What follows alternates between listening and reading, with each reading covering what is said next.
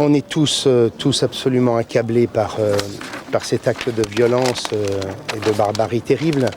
Je discutais il y a quelques minutes avec un adjoint, un élu de Saint-Étienne-du-Rouvray qui me disait, ce prêtre, tout le monde le connaissait, il était dans la ville depuis 30 ans, il avait un mot gentil pour tout le monde et on a affaire à des barbares qui décident non seulement de tuer un homme, mais de porter un acte qui est lourd de sens, qui est lourd de portée pour le pays, parce que égorger un prêtre en France, ça a un sens et ça a une portée considérable dans un pays qui est déjà au bord de la rupture.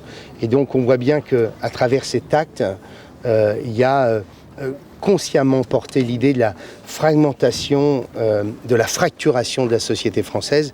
Et le risque, c'est qu'au bout du compte, on puisse se dire que tout ça va mal finir pour la société française et qu'il faut qu'on ne fasse preuve d'aucun angélisme, qu'on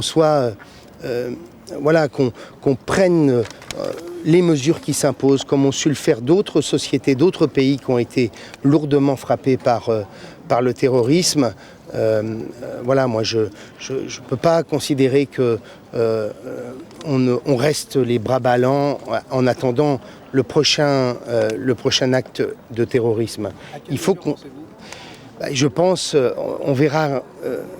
qu'il faut que nous fassions preuve d'aucun angélisme à l'égard de ces dangereux personnages.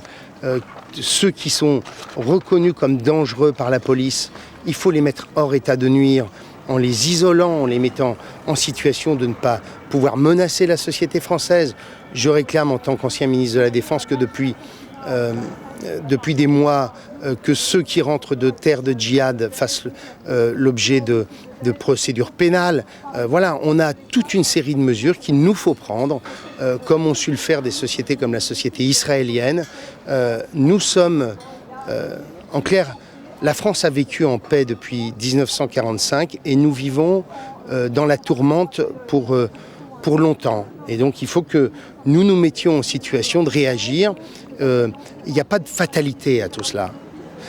Et à cela, moi ce que j'attends, c'est que nous prenions les mesures avant que la société française ne s'embrase complètement.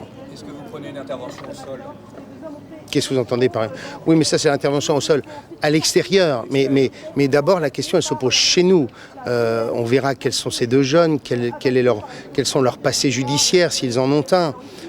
Mais très clairement, si... j'en crois ce que peuvent dire un certain nombre d'élus de la ville, s'il s'agit de gens qui étaient repérés comme étant des personnes dangereuses, proférant des propos radicaux, on aura une nouvelle fois la preuve qu'il nous faut réagir face à ceux qui ont été détectés par les commissariats de police, par les services de renseignement, comme des personnes qui peuvent être dangereuses pour la société française et nos compatriotes. Et maintenant, il faut protéger tous les lieux de culte salafistes. Je n'en sais rien, je n'en sais pas plus. Ça, il faut demander.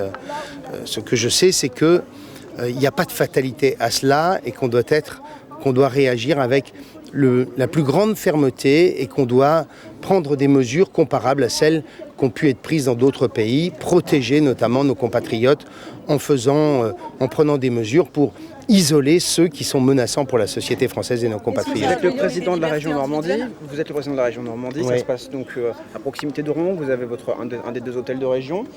C'est quand même très inattendu, ce genre de drame sur ce territoire en particulier. Qu'est-ce que vous en dites ? Je pense qu'il n'y a pas une seule parcelle de territoire en France qui ne soit à l'abri aujourd'hui, pas même le village de Normandie. Je pense qu'aujourd'hui, toutes les églises de France sont menacées, comme nous sommes tous menacés dès lors que nous sommes dans un lieu public, dès lors que nous sommes dans un lieu symbolique pour ces barbares. Et donc, malheureusement, la Normandie n'est pas plus à l'abri que ne le sont les autres régions françaises. Monsieur Morin, est-ce qu'il faut être prêt à abandonner des libertés individuelles pour prendre ces mesures dont vous parliez tout à l'heure ? Il faut agir sans angélisme. Voilà. Je pense que l'accumulation de ces actes barbares nous impose de nous dire quelles sont les mesures complémentaires qu'on doit prendre. Parce que Aujourd'hui, c'est à Saint-Étienne-du-Rouvray. Ce sera où demain ? Et donc, face à cela,